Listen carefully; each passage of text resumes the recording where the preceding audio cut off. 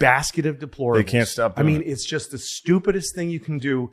The thing that progressives do that I've never seen in all of these years we've talked about, never seen a political movement do, is assign people to the other side. Yeah.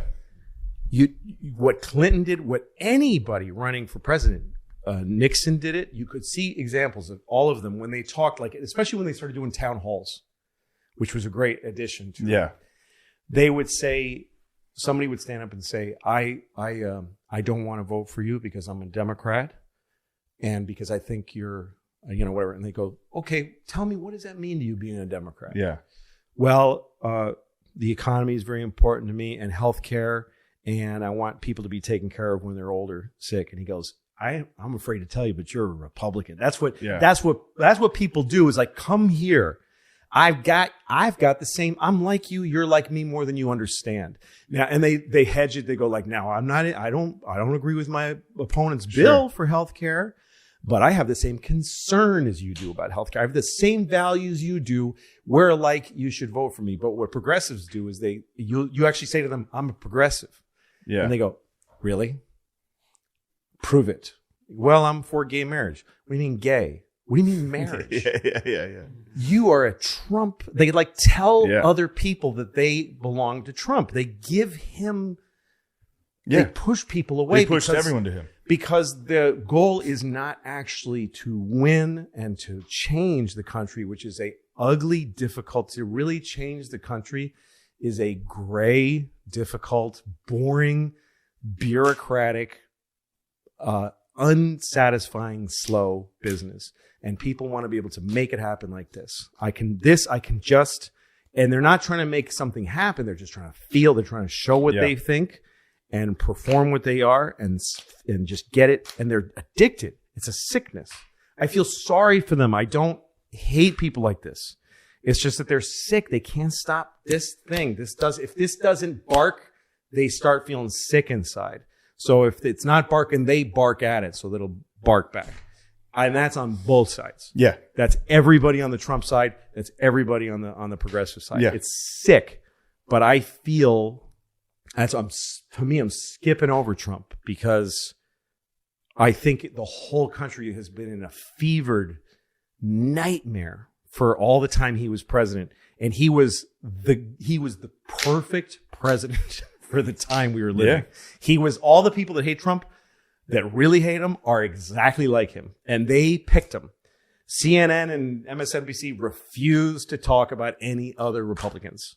Like, I wrote a dumb thing that I never should have written about Trump. And the point of it was pick a real conservative. Like, I'm not a conservative generally. I am about some things. I mean, look, if I go to a smoothie place, I don't pick one of the like cool blue or the berry. I like to make my own. That's the way I am politically. Like bananas with some spinach and some, agave. Okay. So that's the way I am politically. But I think I wanted to say, if you're going to pick a conservative, pick a person who's going to really talk about conservative politics. There's a lot of value in that. And then let's have a real debate. Trump wasn't that to me. He was a psycho, weirdo fucking salesman, and he was extremely effective, fascinating, had his finger on the pulse of the people, knew how to run a rally, and then would get in his helicopter, by the way, and buzz them because he thought it was funny to watch them run in fear. He's a screwed up dude. Nah, he did that because it was cool. He did that because it was cool, and the people down there were probably like, yes. No, he like scaring them. Here's the thing. With Trump, to me, he's just a result of where we were politically. He was a result. He's a result. He's not the cause. And then to watch the way the left kicked and screamed the entire time he was in office, and they got their way. They got their way. And that's what bothers me, because there's a part of me that's always like, look, I'm glad he's gone so we don't have to fucking fight every single day. That was annoying. But then it's like, do I want to reward the side that fucking cried every day when they lost? Do we want to reward them with an actual result, which is they got their guy who happens to be dead? Well, I guess what I think is the only way you get out of nightmare moments in history, which happen all the time. Yeah.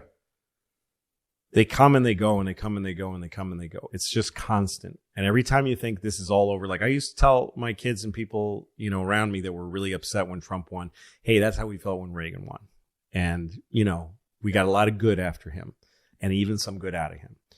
And, I like when people are afraid of, we're afraid of terrorism. I mean, that was all anybody cared about. Yeah. After 9/11. And I remember telling people, everybody was like, we're all going to get blown up. This is going to be the end. There's going to be many more 9/11s. And that's what we thought about nuclear war. That's what we thought about. So these kind of things do happen cyclically. And I think that the only way you get out of them is by giving up on our side, your side. And I see people doing that. I see everybody doing that. I see it in the way what you do on stage. I see it in the way when you first, I remember this is the way I tell myself the story. You would go to the Comedy Cellar and you want to tell some jokes about your dad. And you'd say, my dad is a Fox News guy. And they all go, boo, because it's their place. It's New York City. And they have no shame just booing a guy. Yeah, just booing my dad. Boo! Boo! This is definitely the right move. Boo! And you would take it with your red Irish half retarded face, and you would just take it and get angry. But you'd swallow the anger and you'd continue talking about your dad. And it was hard. And you kept going to these. And you're not being Theo Vaughn playing in the South. You're in New York City. Nothing against Theo Vaughn, but you're here. And then one night you said, they booed. You said, my dad's a Trump guy. I mean, he's a Fox News guy.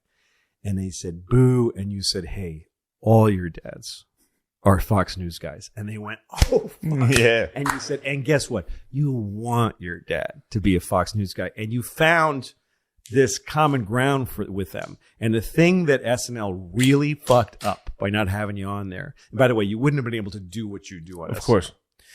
But if you could have been your version, the thing that you do that's great is that you make fun of Pennsylvania, Fox News, Trump world because they're your family and you love them and they're part of you.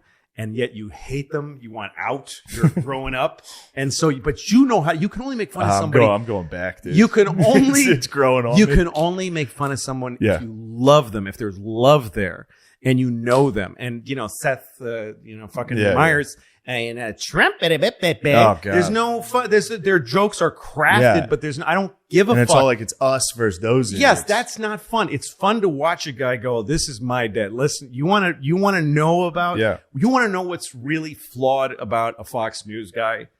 Listen to the stories about my dad and unfortunately, you're going to like my dad. Yeah. You're going to like him. And that mix, that being able to go you fucker, but, and I can't get, you and I probably disagree about almost everything, but I can't get your sound anywhere else. I can't get your sound of humanity anywhere else. So I think that all this time drove us apart and then we got lonely. This is a human story. You want to get away from people that you think are hurting you and then you miss them so much. And then you come back together and we'll do it again. But I do believe, and again, I do think that, Trump he ran for president every election.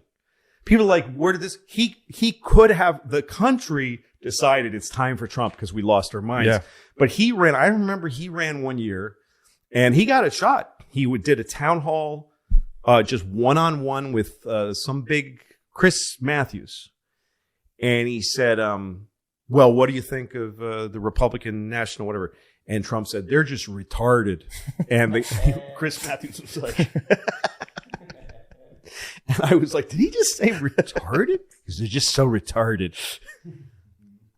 And nobody took him seriously. Yeah. He ran every 4 years and it would just be like, stop it. There's an interesting Trump, thing give me the fucking break. with Bannon. But what? Yes. Bannon there's a YouTube video of Bannon doing an interview about Trump and finding Trump and he's taking a lot of credit, but the populist movement, which is Jackson, just being there's something here. We can do this.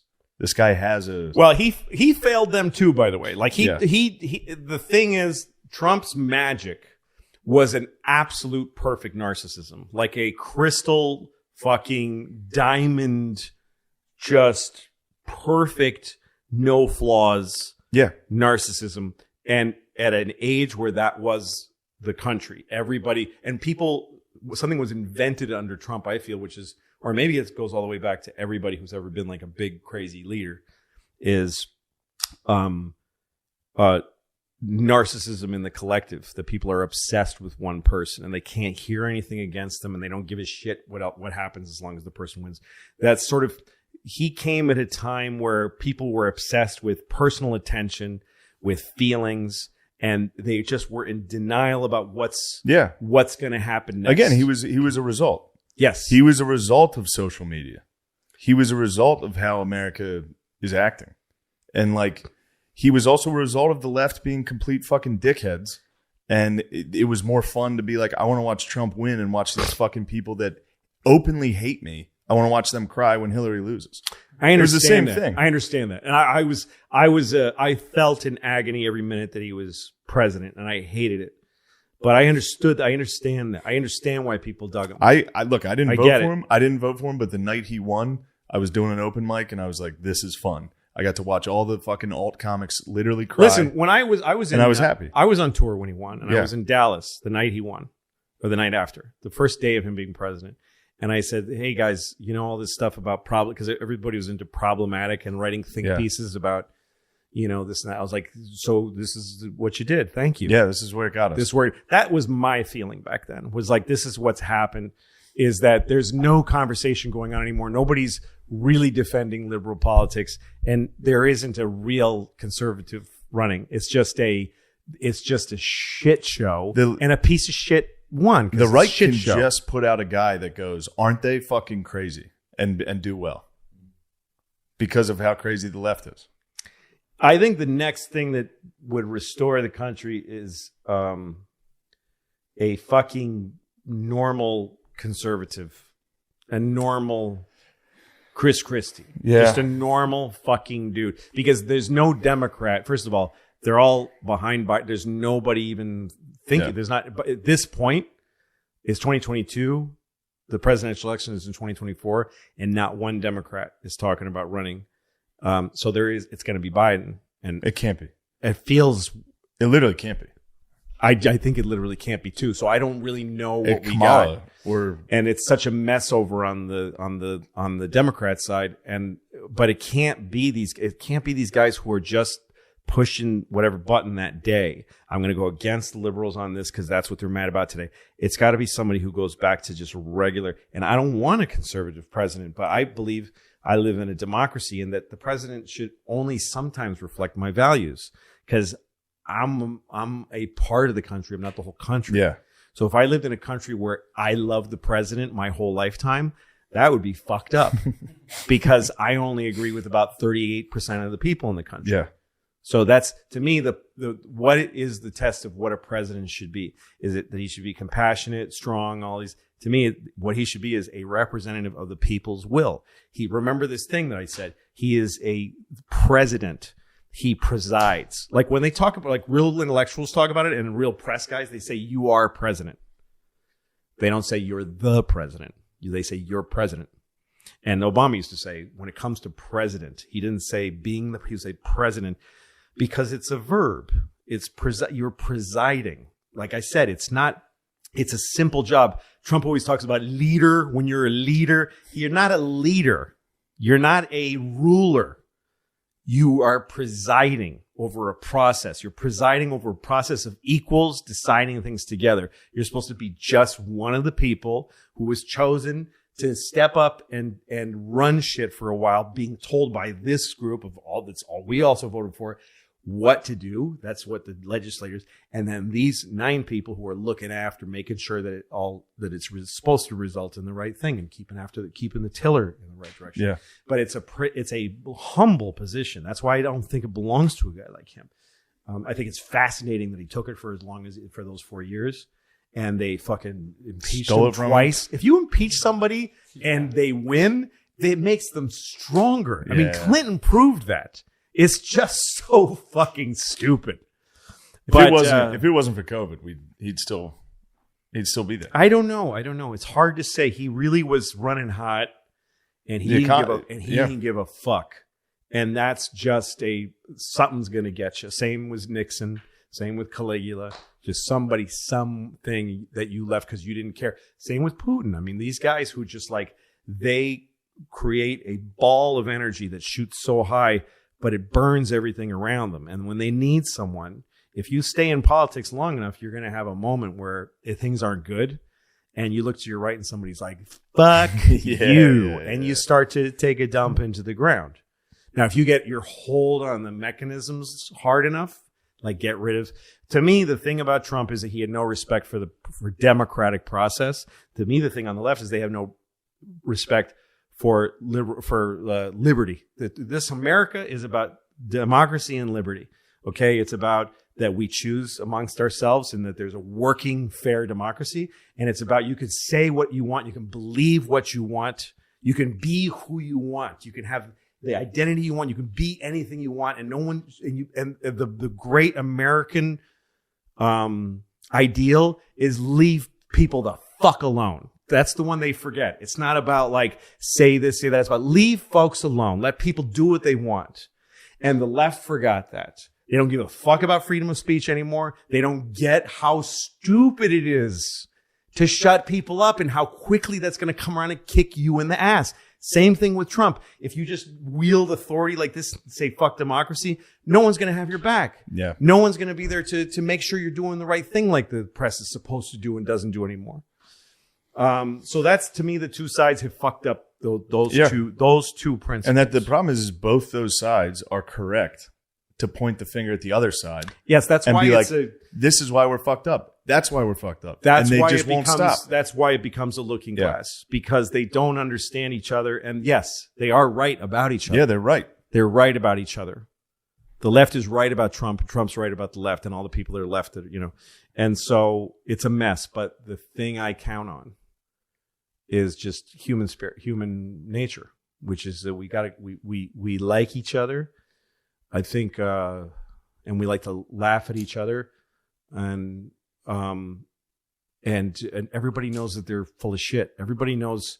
It's the thing that's sad about the phone to me, and this is the last thing I'm going to say because I'm losing my mind. Can I say this last thing? Finish this.